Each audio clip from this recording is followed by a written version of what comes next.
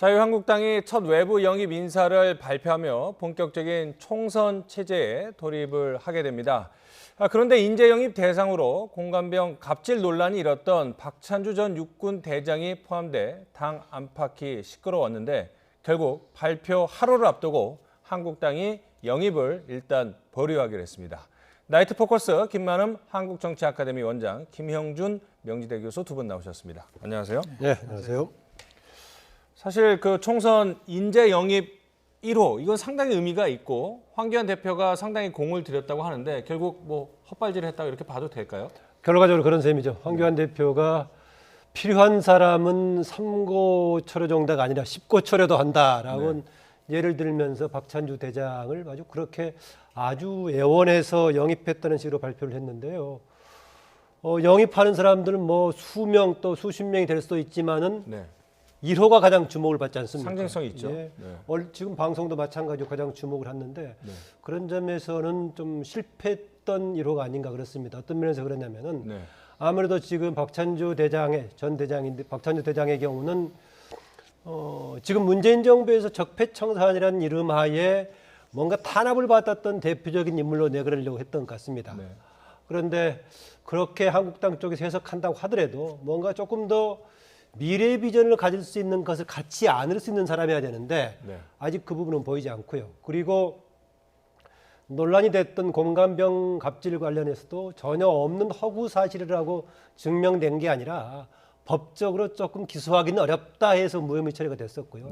나머지 부분은 뇌물죄는 지금 이제 무죄가 됐지만은 청탁금지법 관련은 일단 400만 원 받아가지고 진행이 되고 있고요.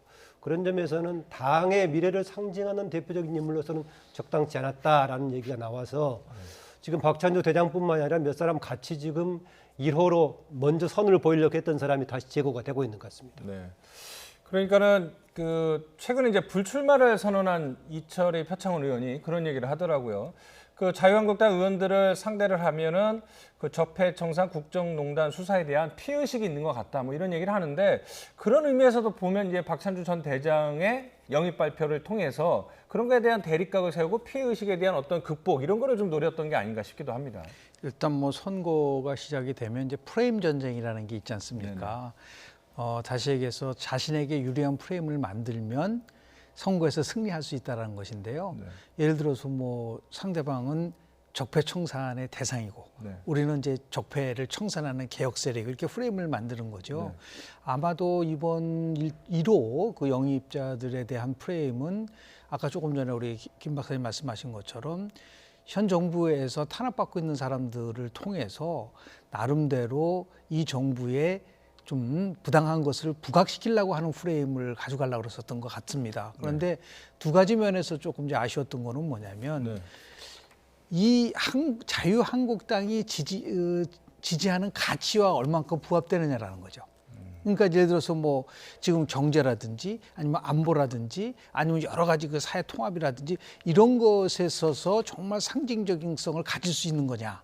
그러니까 95년도 새정치국민회의라는 새로운 정당이 만들어졌을 때 당시 이제 김대중 총재가 많은 사람을 영입을 했어요.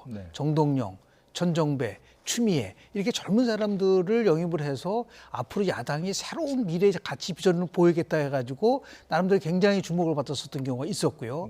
또 같은 96년도 총선에서 당시 김영삼 대통령은 민중당 출신들을 영입을 했습니다. 그러니까 이재호, 김문수 뭐 이런 분들. 그래서 자신이 갖고 있는 가치에 새로운 가치를 부여함으로써 국민들에게 나름대로 통합의 이미지를 줬다는 부분들이 굉장히 주목을 받았었거든요. 그런데 이제 1호 영입에서 지금 뭐 거론되고 있는 분들이 그러한 미래지향적 가치와 얼마만큼 부합되느냐라는 문제에 있어서 이제 의문을 이제 가할 수밖에 없게끔 되는 이런 부분들이 있는데요.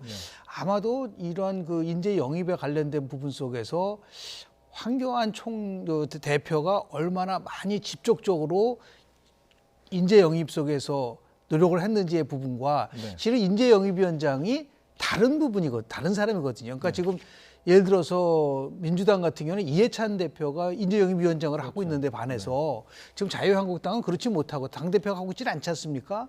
이런 것들에서 올 수 있는 일종의 부조화가 나타난 현상이 아닌가 생각을 좀 하게 됩니다. 그렇다면 황교안 대표가 아직 당을 완벽하게 장악을 못했다라는 뜻인가요? 아니면 어떻게 이해를 해야 될까요? 일단은 뭐 지금 이제 여러 가지 국면 전환을 하기 위해서 새로운 인물을 통해서 새로운 가치 그리고 자유한국당이 이제 변화됐다는 것을 보여주기 위해 왜냐하면 지금까지 한 2달 반 동안 조국 사태 때문에 적극적으로 대여 투쟁만을 했기 때문에 이것을 정책 정당으로 전환시켜야겠다라고 하는 부분들이 굉장히 강력하게 작동됐었던 것 같은데 그게 이제 제가 조금 전에 말씀드린 것처럼 자유한국당이 지향하는 정책적 비전과 새로 영입되는 사람들이 얼마만큼 조화를 이루냐라는 것에 대해서 아직 심사숙고하지 못했던 부분들이 있었던 것 같습니다. 이게 황교안 대표가 장악했느냐 못했느냐라는 관점보다는 저는요. 이게 있습니다. 오늘 그 선출직 최고위원 5명이 지금 박명훈 사무총장에게 부적절하다라고 건의해가지고 결국은 보려온 거 아니겠습니까? 그걸 보자면은 황교안 지금 대표가 인식하고 있는 민심의 이거 층하고 바로 현장 정치를 하고 있는 최고위원들의 민심하고 괴리가 있지 않느냐라는 점에서 황교안 총리가 정치 현장에 대한 인식이 뭔가 지금 바닥에서 직접 뛰고 있는 이쪽하고 유리돼 있지 않는가라는 생각을 좀 하게 되기도 합니다. 그러니까 아직 현실 정치 또는 민심의 어떤 피부 체감 이런 능력이 좀 부족하다 이렇게 봐야겠군요. 뭐 능력까지 제가 얘기하면 좀 그러긴 한데요. 아무래도 그것은 제대로 인식하고 있는 사람들은 바로 국회의원들이 현장에 뛰고 있으면서 민심을 파악하는 사람들이기 때문에 아무래도 제가 봤을 때는 5명 선출직 최고위원들이 얘기했던 그런 기준이라든 그런 민심의 향배가 오히려 정말 그대로 현장하고 좀 부합하는 쪽이 아니겠는가 그런 생각을 합니다. 그럼 뭐 정리를 해보자면 그 선거를 통해서 이제는 여야는 미래 비전을 제시를 해서 유권자나 국민의 마음을 얻어야 되는데 오늘 발표될 뻔했던 오늘 보류가 됐던 박찬주 전 대장 같은 경우에는 아무래도 좀 과거에 대해서 좀 집착을 하는 듯한 그런 모습을 보였는데요. 이분뿐만 아니라 안병길 전 부산일보 사장 영입 발표도 보류가 됐다고 해요. 보니까는 좀 좋게 얘기해서 논란이 될 만한 소지가 있더군요. 2018년도 지방선거 때 이제 배우자가 지방선거에 출마를 했는데 그 부분에 대한 이제 지지 호소 문자 메시지를 전달한 것이 이제 문제가 돼서 아마도 제가 알기로는 부산일보 사장을 사퇴한 거로 이제 알고 있고요. 더 나아가서 지금 뭐 논란이 꽤 있지만은 6천만 원 성과금을 3차례에 걸쳐서 받았다는 것에 대해서도 아마 이제 비판이 제기돼서 물러났었던 것 같습니다. 그러니까 전반적으로 본다고 한다면 여러 면에서 물론 이런 것 같아요. 이 정부는 언론 탄압을 하고 그리고 특히 이제 군 적폐 청산을 강요하면서 많은 사람이 탄압을 받았기 때문에 그런 쪽에서의 나름대로 피해를 본 사람들을 부각시키겠다라는 의미에서 1호 그 영입 인사를 아마 선택한 것 같은데 그게 이제 아까 조금 전에 말씀드린 것처럼 지향하는 가치가 자꾸만 현 정부에 대해서 비판하는 쪽으로만 갔을 때에 오는 그러한 한계성이 있기 때문에 오히려 자유한국당이 대한정당으로서 저 정당을 찍으면 어떻게 미래가 발전될 수 있다라고 하는 과거지향적인 것이 아니라 미래지향적으로 갈 수 있는 그러한 인물을 영입했으면 훨씬 더 좋았지 않았을까라는 생각을 좀 합니다. 다만 이제 경제와 관련돼서 뭐 윤창현 저 서울시립대 교수 같은 경우는 오랜 기간 동안 나름대로 경제 문제에 대해서 집중적으로 연구한 학자이기 때문에 그런 면은 이제 현 정부가 사고는 소득적 성장에 대해서 뭐 대립하는 부분 속에서 그 윤창현 교수를 영입한 것은 나름대로 의미가 있었다고 보는데 다른 일부 몇몇 영입자들 속에서는 논란이 지금 제기되고 있는 것 같습니다. 그 이렇게 안병길 지금 전 부산일보 사장 관련해서 이 점을 또 볼 수 있습니다. 보니까 몇 달 전에 자유한국당의 해양수산위원장 이름으로 방송을 했더라고요. 그러니까 영입했을 때 지금 당에 새롭게 가담한 사람뿐만이 아니라 이미 당에 합류를 하고 있는데 뭐 원내가 아니거나 그렇게 알려지지 않았던 사람의 이름도 이미 당에 들어와 있는데 이렇게 영입의 대상으로 좀 발표하는 그런 경향도 있어서 아마 내일 발표하게 될 사람 중에서 이미 당에 활동하는 사람들도 좀 몇 사람이 있을 것 같아 보이긴 합니다. 자, 그러면 이 황교안 대표가 어떤 마음으로 인재 영입 작업에 나섰고 박찬주 전 대장 영입에 대해서 한국당 최고위원들은 어떤 생각을 가지고 있었던 건지 한번 인터뷰 내용 들어보시죠. 인재 영입한 분들의 일부를 발표를 할 계획입니다. 뭐 조금씩 그 이야기들이 있는 부분을 모아서 국민들에게 우리 당이 앞으로 어떤 방향으로 갈 것인지에 관해 의미가 있는 이런 분들을 먼저 좀 말씀을 드리도록 그렇게 할 생각입니다. 뭐 저희들은 그 금시초문이었고 언론을 통해서 저희들 들은 얘기 정도 아직 확정된 건 아니었잖아요, 그죠? 그런 정도로 알고 있었습니다. 영입 인사로 적합하냐에 대해서 우리 최고위원들 회의가 있었고요. 그래서 이제 대체적으로 의견이 전무하자 그렇게 보면 되겠습니다.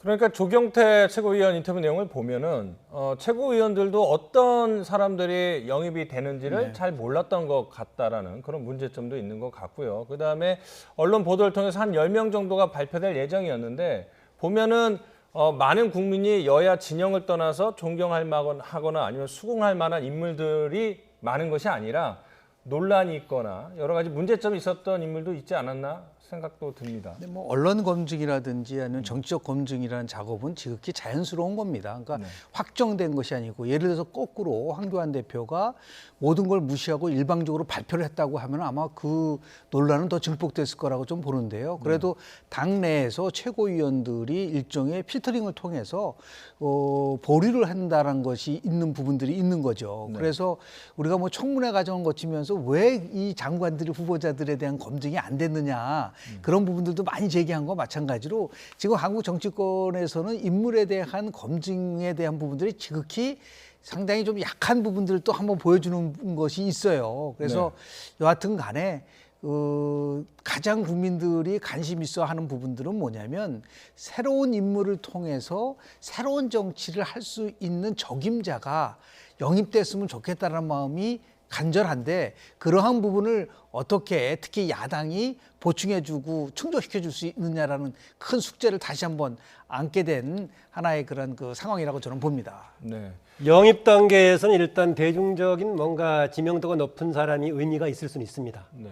그런데 뭐 기자 출입하시면서 많이 보셨겠지만 실제로 다른 각 영역에서 활동을 해가지고 지명도가 높은 사람이 실제로 정치 현장에 들어와 가지고 4년 국회의원 돼 가지고 이름도 없이 임기만 끝나고 가는 사람도 있지 않습니까? 네.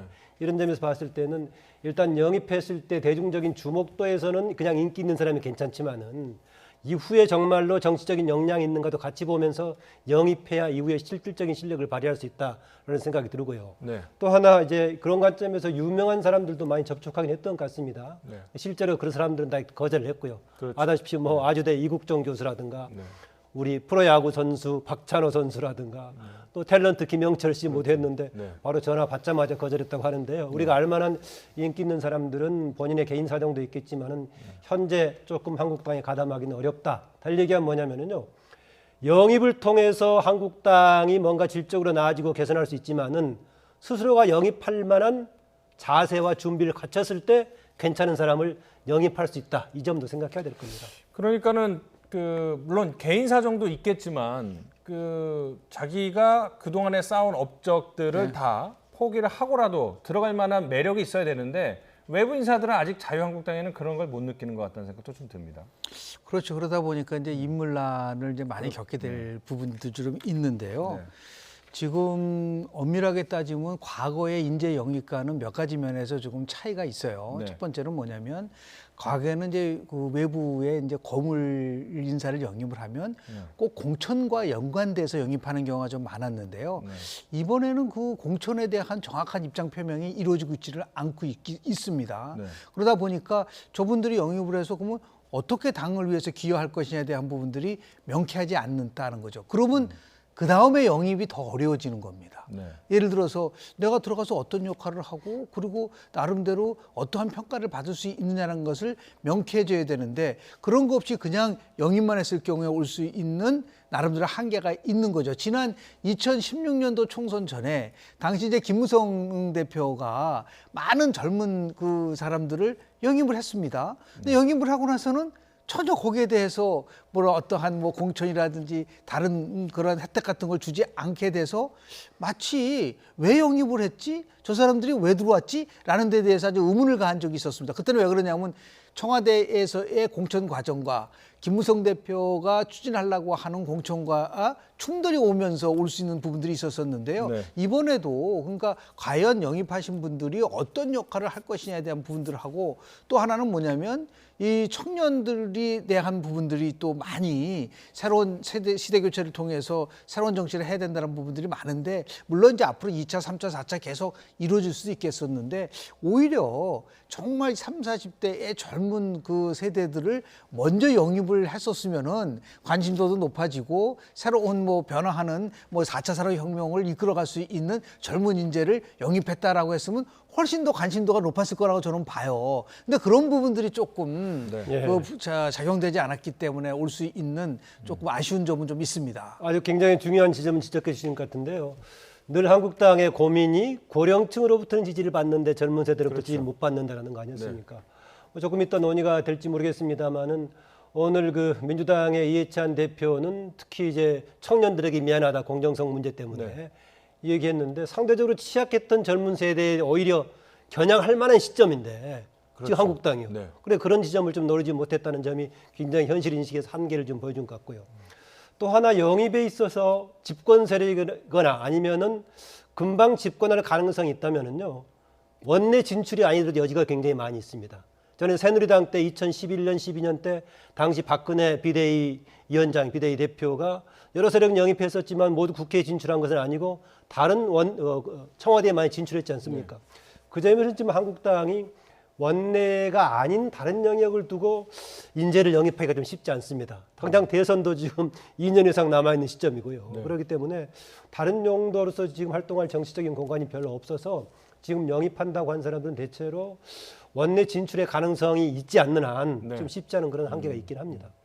그러니까 이른바 조국 사태로 2030 세대들의 박탈감이 커진 상황에서 전략적으로 청년층이나 소외계층을 앞세웠다라면 조금 관심을 가질 수 있었을 텐데 과거 적폐 수사에 대한 아쉬움 그런 것들이 나오면서 여러 가지 무리수가 된 것 아닌가. 근데 아마 자유한국당 입장에서는 영입을 발표를 하고 나서 논란이 있어서 철회를 하는 것보다는 오히려 예방주사를 좀 일찍 맞지 않았나 싶기도 한 생각도 좀 들기는 합니다. 예.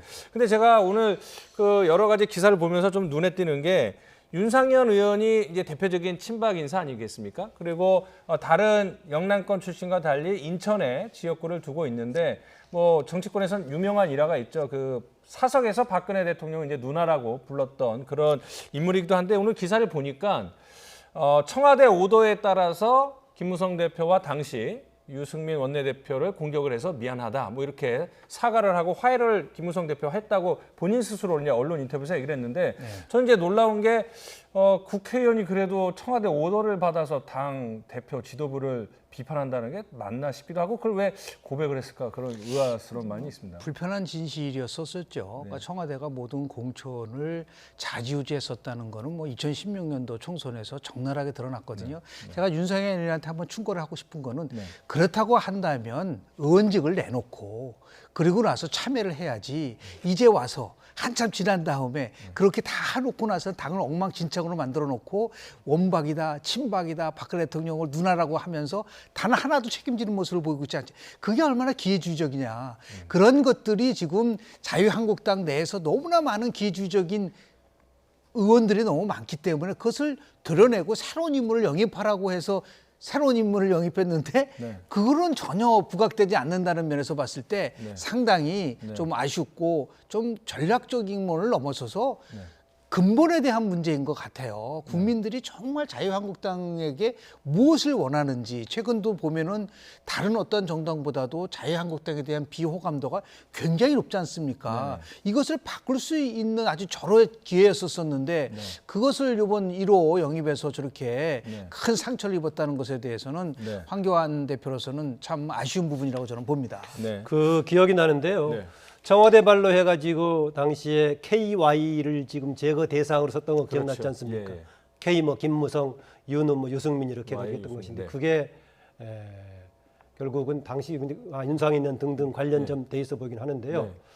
지금 영입을 얘기하면 당연히 뭐하고 맞물려 있느냐? 현재의 당에 있는 사람들이 자리를 같이 비워주는 역할도 같이 필요한 거죠. 그러니까 그동안에 당에 뭔가 책임을 지거나 아니면은 부정적인 이미지를 만들었던 사람들이 책임지고 나가면서 그 자리를 새롭게 바꾸어줘야만 그야말로 물갈이가 되고 쇄신이 되는 건데 네. 있는 사람들은 계속 자리를 지키려고 하면서 몇 사람 간판으로 영입하려고 했을 때 과연 효과가 있을 것인가. 네. 이 점을 생각한다면 아마 조만간 황교안 대표라든가 당의 지도부들은 영입과 내부 쇄신은 같이 맞물려 있다는 점을 아마 인식을 해야 될 겁니다.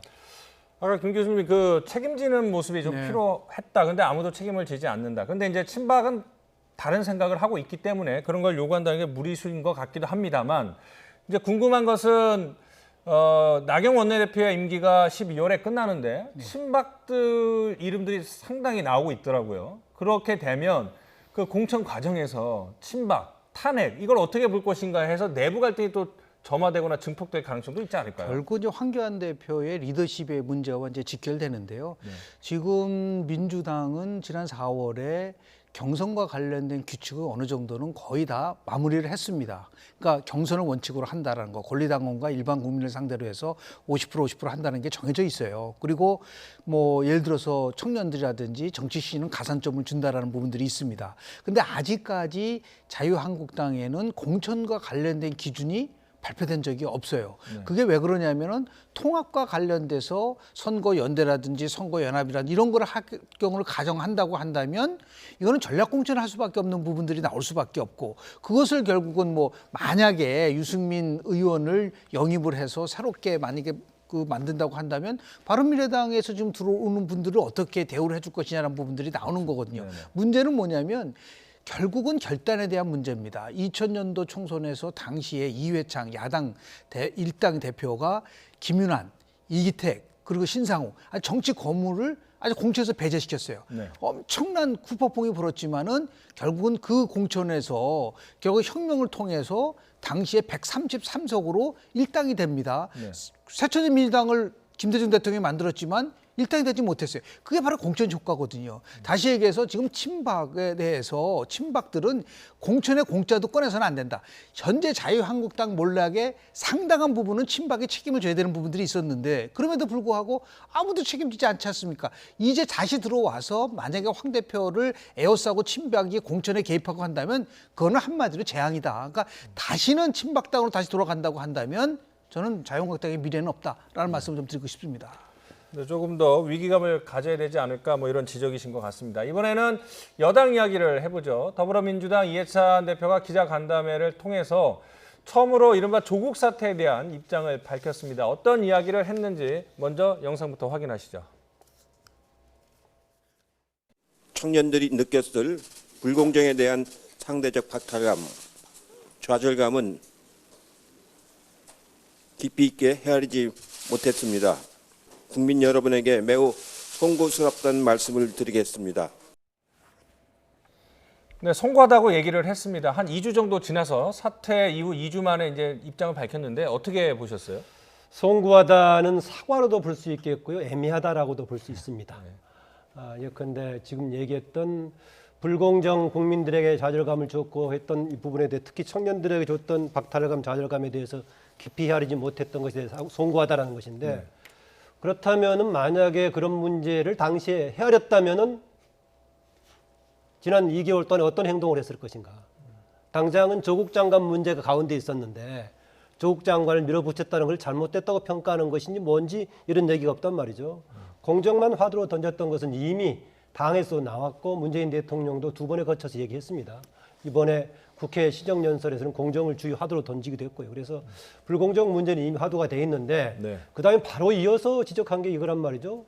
검찰의 지금 아나무인적인 무소불위의 권력에 대해 심각성을 인식했다라고 얘기한다면은 지난 정부의 상당 부분의 문제는 공정 못지않게 바로 검찰의 문제가 있었다라고 얘기해가지고 기존에 이렇게 뒤죽박죽 섞었던 문제하고 똑같은 입장이어서 비판적으로 본다면 사실상 기존에 송구하다는 수준에서 얼마나 나간 게 있는가라는 조금 문제를 제기할 수 있는 상황이라고 보고요.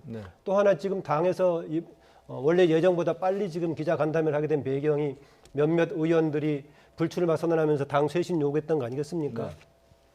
당 쇄신 요구하면 되게 두 가지 방향이죠. 하나는 인적인 뭔가 쇄신 가능성을 보여주는 것하고 또 하나는 당의 운영 방식이라든가 기조를 기존하고 바꾸는 것인데 뭐 쇄신, 인적 쇄신 문제는 나중에 이제 공천 과정을 통해서 이루어질 거고요. 네. 그 다음에 당의 운영 방식, 여당은 특히 가장 큰 당의 운영 관련 문제가 청와대와 관련 쪽 아니겠습니까? 네. 사실상 이번에 조국 정국에서도 가장 큰 역할의 문제는 인사를 주도하고 있는 청와대와의 조율을 별로 하지 못했고 그냥 따라가기만 했다 이것인데, 그런 부분에 대한 어떤 언급이 좀 나올 법도 한데 전혀 언급이 없이 네. 결국은 정당의 쇄신은 정책으로 하는 것이다라는 정도 얘기해가지고 조금은 무슨 뭐 사과했다라고 볼 수 있지만은 박하게 보자면은 기존에 했던 이상 내용 이상을 크게 넘어가지 않는, 박하게 보면은 사과라고 좀 보기 어려운 그런 오늘 간담이 아니었나 저는 그렇게 봅니다. 네. 논리적인 면에서 굉장한 부조화가 있어요. 제가 그 이해찬 대표한테 그 물어보고 싶습니다. 불공정에 대한 상대적 박탈감을 느꼈다고 얘기를 했는데요. 그것에 대해서 죄송하다고. 누가 그러면 불공정에 대한 상대적 박탈감을 야기시켰죠? 그 결국 조국 장관 시켰다는 거 아닙니까? 본인 말대로 그저 가져간다고 한다면, 그러면 조국 장관에 대해서 잘못했다는 것을 얘기해야 되는데, 별한 건 검찰 개혁의 대의에 집중하다 보니까 청년이 느꼈을 불공정을 깊이 헤아리지 못했다. 검찰 개혁에 대한 대의에 집중하는 게 아니라 조국을 지키려고 하는 거에 집중하다 보니까 불공정을 못했다고 해야지 정직한 말 아닌가요? 그러면서 봤을 때 정말 진정하게 얘기한다면 조국 장관의 임명은 잘못된 것이라는 것을 정확하게 얘기를 하고, 이제 앞으로는 민주당도 청와대 눈치 보지 않고 자율성을 가지고 국민의 속으로 들어가겠다라고 얘기를 해야지 그게 맞는 것이죠. 상황에 대한 얘기는 무슨 엉뚱하게 다른 데를 짚고, 그리고 조국에 대해서는 전혀 얘기를 하지 않는다고 하니까 지금 우리 김 박사님 말씀하신 것처럼 이게 사과인지 송구스럽다는 건지 아니면 그냥 꼼수인지 그냥 위기를 모면하려고 하는지, 그런 면에서 봤을 때 저런 정도의 기자 간담회는 저는 별로 이렇게 국민들을 설득하는데 한계가 있을 수밖에 없지 않나 생각을 좀 합니다. 우리 그 자막에도 지금 조국 사태에 대한 무거운 책임감 이렇게 나오는데요. 네. 오늘 그 사과 또 기자 간담회에서 조국 사태와 관련된 단어는 쓰지는 않았습니다. 그렇죠. 전혀 쓰지 않았기 네. 때문에 언론에서 그렇게 해석해 주는데요. 그 점에서는 지금 이제 김영중 교수 지적했다시피 결국은 그 책임을 구체화시킨 부분에 대한 언급이 없었기 때문에 그냥 공정을 받으러 꺼내 가지고 다시 초점은 검찰의 개혁으로 넘어가 가지고 조금 뭐 이의를 좀 제기할 소지가 있어 보이는 그런 내용이기도 합니다. 자, 그래서 이제는 그 초선 의원들을 중심으로 자성의 목소리를 요구하고, 또 이제 좀 급진적이라고 해야 되나요? 뭐 퇴진 얘기까지 나오고 있습니다만 책임론이 나오고 있죠. 그렇습니다. 그래서 의원총회가 연기됐지만 이제 곧 열리면 이런 이야기들이 이제 분출될 가능성이 큰데, 이해찬 대표의 거취 문제나 책임론 이런 것들은 앞으로 여당 내에서 어떻게 흘러갈 것으로 보세요? 2011년도 11월 달에 당시 홍준표 대표가요, 집권당의 대표였었습니다. 그렇지만 디도스 사건이라는 것이 터지고 당시 최고위원들이었었던 원희룡, 유승민, 남경필 이 세 사람이 아예 그냥 사퇴를 해버리면서 홍준표 체제가 무너졌고요. 그렇죠. 그리고 이제 박근혜 비대위 체제가 만들어졌고, 그리고 나서 152석을 얻는 그러한 나름대로 과정을 거칩니다. 지금 현재 상태에서 과연 민주당이 야당복이 많기 때문에 어떻든 간에 여당이 꼭 승리한다라고 하는 그런 쪽으로만 만약에 생각한다고 한다면 뭐 이해찬 대표 책임론이라든지 뭐 사퇴론이 나름대로 의미가 없을지는 모르겠지만, 지금 상황으로 봐서는 굉장히 집권당한테 불리하게 지금 걸어가고 있습니다. 그렇다고 한다면 다음 선거에서 정말 승리를 해야만 한다고 한다면 아마 초재선 의원들, 특히요 지난 2016년도 총선에서 수도권이 122석이었었는데요. 네. 그중에서 더불어민주당이 82석을 가져갔습니다. 67.2%고 그 당시에 3% 내로 승부가 결정된 게 15%예요. 전체 지역구 중에서 500표 1000표 가지고 나서 승부가 결정된다고 한다면 저는 이해찬 대표 체제를 가지고 과연 수도권 승리를 이끌어낼 수 있느냐. 만약에 많은 초선 의원들이, 수도권 초선 의원들이 그 부분에 대해서 회의를 느낀다고 한다면 이해찬 대표의 책임론이 더 강하게 제기될 수밖에 없는 것이고, 이것을 어떻게 슬기롭게 극복하는 과정 속에서 아마 민주당도 큰 내홍을 겪을 가능성이 저는 있다고 봅니다. 이해찬 대표는 오늘 그 본인 사퇴 요구에 대해서 사퇴 얘기하는 것은 총선을 포기하는 일이다 이렇게 반박을 했는데요. 네. 아마 혹시 절충의 방법으로 이럴 가능성이 나올지는 모르겠습니다. 지금 이낙연 총리가 어쩌면 이제 지금 이미 최장수 총리를 하긴 했는데 본인이 계속 당으로 복귀 얘기하고 있는 거 아니겠습니까? 그런데 현재 당으로 복귀한다라고 했을 때 현역 의원도 아니고요. 그렇다고 해서 지금 지도 대표 체제가 있고 하기 때문에 조기에 혹시 총선 체제로 바뀌면서 대표는 그대로 두되 총선 체제의 총선을 책임지는 무슨 뭐 위원장 역할을 해가지고 실질적으로는 이낙연 현 총리가 오히려 민주당을 이끄는 그런 절충적인 방법도 혹시 나오지 않을까 그렇게 뭐 상상해보는 사람들도 있습니다. 그러니까 선대위원장 체제로 가서 그렇습니다. 실권을 이낙연 총리에게 준다. 예. 만약에 그 시나리오대로 가면 그렇습니다. 예. 그게 이제 96년도 2월 달에 당시에 이제 신한국당이 새로 만들어지면서요. 네. 이 당 똑같은 상황이에요.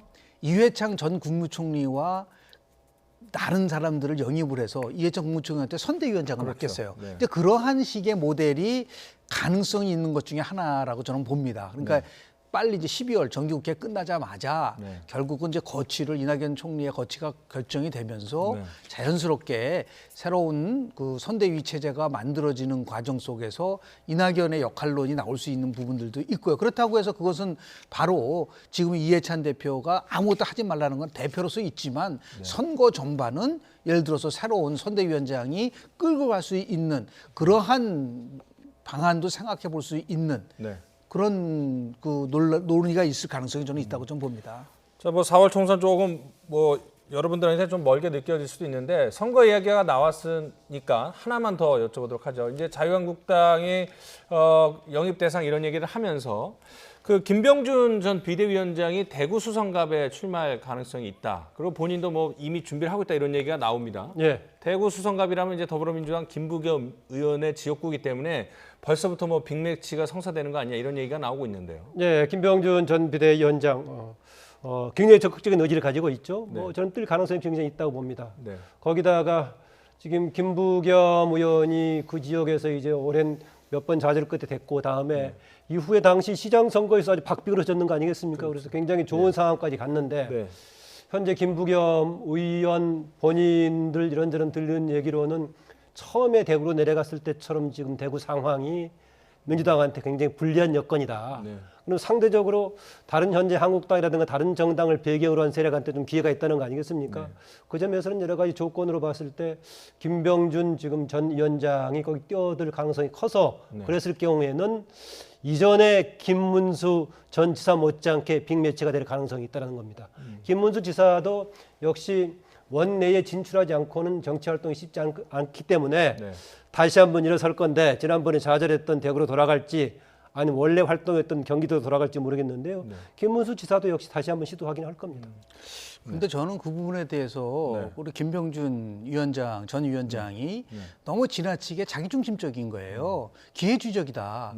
예를 들어서 대구라는 것에 대해서 아니 뭐 자기가 무슨 보수의 아이콘처럼 얘기를 하는데 그 사람이 무슨 보수의 아이콘입니까? 기회주의적인 행동을 많이 해서 권력을 탐욕을 했던 사람인데 그런 사람이 가장 권력 보수의 상징적인 데 가가지고 자기가 선거에 가겠다라고 한다는 것은 너무 자기중심적인 거죠. 오히려 거기는 정말 대구에서 젊고 오랫동안 대구를 위해서 했던 분들을 가지고 가줘야지 뭐 열린우당 갔다가 탈당했다가 다시 또 보수당으로 왔다 갔다 한 사람들을 가져가서 뭐 자기가 마치 김부겸 전 장관이랑 하면서 자기 이미지를 끌어올리고 대권에 나가겠다? 그렇게 자기중심적인 사람이 어디 있습니까? 오히려 저는 젊고 그리고 앞으로 미래지향적인 그런 사람들을 영입하는 것이 오히려 훨씬 더 대구 발전을 위해서 필요한 사람이 아닌가라는 생각을 좀 합니다. 예. 김병준 교수가 그 김병준 교수를 비교적 잘 아는데 그렇게 평가할 정도면은 김병준 지금 전 위원장이 상황이 쉽지 않아 보입니다. 그 뭐 김병준 전 위원장에 대한 뭐 평가에 다를 수 있지만 참고로 대구와의 인연은 그쪽에서 이제 학교를 나온 뭐 대학까지도 거기서 나왔죠. 예, 인연이 있더군요. 다음에는 유시민 노무현재단 이사장 이야기를 한 번 더 해보도록 하겠습니다. 이 알릴레오를 통해서 그 조국 전 장관이 임명되기 전부터 내사에 들어갔다. 뭐 이런 주장을 하면서 계속 파문이 커지고 있는데 일단 그 유튜브 채널 방송 내용부터 들어보도록 하겠습니다. 조국을 법무부 장관 임명하면 안 된다. 내가 봤는데 몇 가지는 아주 심각하다. 법대로 하면 사법 처리감이다. 내가 사모펀드 쪽을 좀 아는데 이거 완전 나쁜 놈이다. 대통령께 말씀드려서 임명 안 되게 해야 한다. 그냥 가면 장관 되어도 날아갈 사안이다. 내가 대통령 직접 뵙고 보고 드리고 싶다. 이건 대통령을 향한 내 충정이다. 그러니까 핵심은 조국 전 장관이 임명되기 전에 검찰이 내사에 들어갔었다.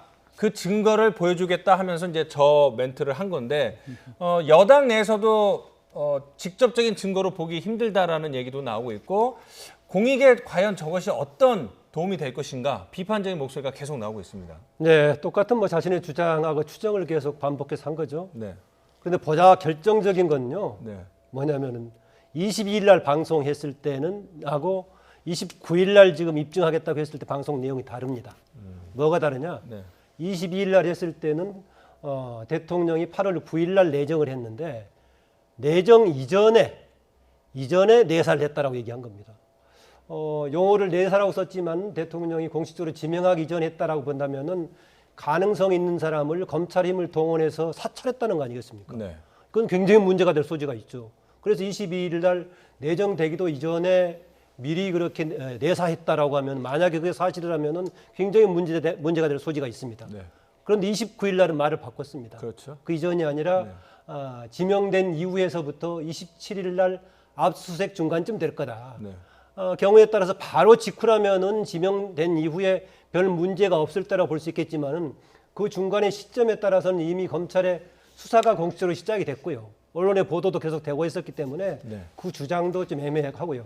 만약 이렇게 9일 이후에서 27일 사이라면은 내사의 방식이든 뭐의 방식이든 검찰이 할 수 있는 영역이기 때문에 문제가 좀 안 됩니다. 어쨌든 간에 이런 주장을 해서 지금 아까 우리 앵커가 지적한 대로 누구를 위한 주장인지 여당한테 도움이 되는 주장인지 아니면 공익에 부합하는 주장인지 또 이런 주장을 했을 때 본인이 원하는 대로 윤석열 총장의 지금 행보를 꺾을 수 있는 것인지 오히려 좀 자충수를 두는 발언을 계속하고 있지 않는가 그런 생각이 듭니다. 네. 전략적 자충수를 두는 것 같아요. 그러니까 예를 들어서요. 지금 본인은 혹세무민을 좀 없애기 위해서 알릴레어를 했다고 하는데 오히려 거꾸로 지금 많은 부분 속에서 논란을 가지고 있지 않습니까? 저는 우리 유시민 이사장한테 간단한 거 한번 국어사전을 한번 찾아보라고 하고 싶어요. 도대체 증거라는 거와 추론하고 추측하고 같은 건지 본인이 분명히 증거를 제시한다 그랬었어요. 그렇지 않습니까? 네. 그런데 또 나온 거 보니까 뭐 증거가 아니라 오로지 자신의 추측과 나름대로 그런 것들을 추론해가지고 나온다고 하니까 저게 어떻게 국민들을 상대로 해서 저렇게 쉽게 얘기할 수가 있는가. 네. 제가 볼 때는 저건 여당 아무리 당원이 아니다 하더라도 전혀 도움이 되지 않는 분들뿐만 아니라 개인한테도 참 안 좋은 부분인 거예요. 네. 그동안 자기가 쌓았었던 명성을 다 무너뜨리고 스스로 무너뜨리는 거기 때문에 네. 그런 면에서 볼 때는 좀 주의가 필요하지 네. 않을까라는 생각을 좀 합니다. 자, 뭐 계속 사건 추이를 지켜보기로 하고요. 마지막 주제는 문재인 대통령의 모친 강한옥 여사의 장례 3일간 이제 가족상으로 치러지고 있습니다. 정치권도 애도의 뜻을 표하고 있는데요. 먼저 저희가 준비한 영상부터 보시죠.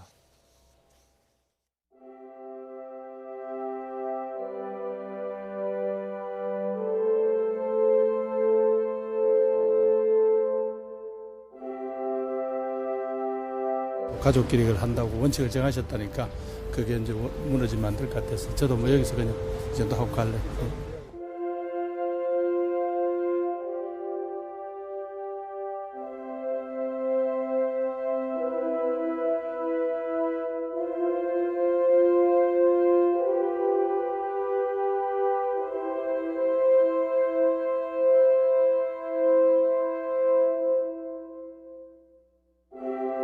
차분하고 또 훌륭한 자세로 상주 역할을 하고 계십니다. 예. 먼 길 떠나시는 어머님 배웅해드리는 그런 마음으로 내려왔습니다.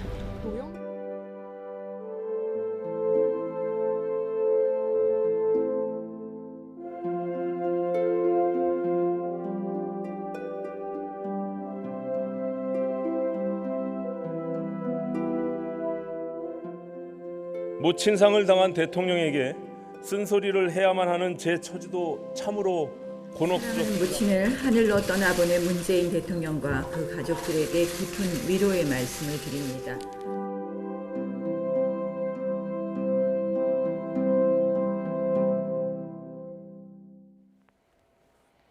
네, 다시 한번 삼가 고인의 명복을 빌면서 이 고인은 실향민이시죠? 네, 그래서 어머니와 더불어서 고생했던 얘기를 오늘도 했고 과거에도 그런 얘기했었는데요. 오늘 보니까 자료 화면으로 그 흥남철수하고 관련된 국제시장 영화가 그렇죠. 화면이 많이 나오더라고요. 아다시피 국제시장 영화 처음 나왔을 때는 당시 박근혜 정부 시기여가지고 박정희 대통령 시기에 산업화에 성공했던 중요한 배경으로 얘기를 했었는데요. 오히려 지금 문재인 대통령 시기에는 바로 흥남철수하고 관련된 얘기가 떠오릅니다. 문재인 대통령이 대통령 되고 나서 한 달 뒤쯤에 미국에 방문해서 그때 장진호 전투 그 추념비에 가서 했던 말이 생각이 납니다. 만약에 그렇게 장진호의 용사들이 없었다면은 나의 삶은 시작되기도 어려웠을 것이다 해서 굉장한 기여를 했던 말이 생각이 나서 이후에 이제 피난민들이 같이 겪었던 부산에서 시장에서 고생하면서 겪었던 얘기가 떠올라서 그 국제시장 영화가 박근혜 대통령 시기에는 산업화로 얘기가 됐다면은 이후에 문재인 대통령은 오히려 직접 경험하면서 이후에 피난 내려와서 남쪽으로 고생했던 또 부모님들의 고생을 얘기해주는 내용을 담고 있어서 상당히 좀 고개 숙여지는 그런 대목이었습니다.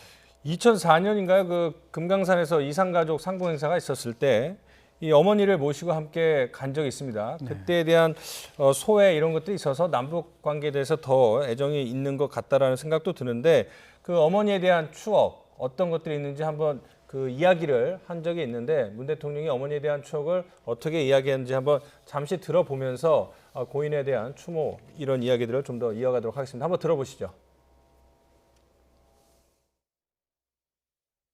저를 업고 그 달걀을 머리에 이고 그렇게 해서 이제 부산까지 가서 부산의 시장에 가서 이제 팔고 우리 어머니는 그 방송 시간 내내 텔레비 앞에서 떠나지를 못했어요. 나는 그래서 우리 어머니가 이제 이산 가족이시니까 다른 분들의 이산에 대해서 공감하고 같이 이제 아파하시는 것으로 그렇게 이제 생각을 했었는데 나중에 들어보니 그뿐만 아니라 행여 그 속에 어머니가 아는 분도 있을까라고 그렇게 열심히 본 것이었다고 합니다. 제가 아마 우리 평생 제 어머니한테 제일 효도했던 게 아마 이때 우리 어머니 모시고 갔던 게 아닌가 싶은데요. 우리 어머니 살아 계실 때 어쨌든 간에 이모님은 만나셨고 이 돌아가시기 전에 이제 아까 그 함주군 또는 흥남시의 우리 옛날 살던 곳 또는 어머니의 그 우리 외갓집 이런 쪽을 한번 갈 수 있으면 더 소용이 없는 거죠. 네, 현직 대통령이 부모상을 당한 건 이번이 처음입니다. 그래서 이제 설레가 없었는데 문재인 대통령은 고인의 뜻에 따라서 조촐하게 3일 가족장으로 그렇습니다. 치르기로 하면서 다른 조문객들은 받지를 않고 있네요. 네, 일단 무엇보다도 문재인 대통령 어머니께서 소천하셨는데 가톨릭 신자로 제가 알고 있는데요. 아마도 주님의 빛나는 얼굴을 뵐 거라고 확신을 합니다.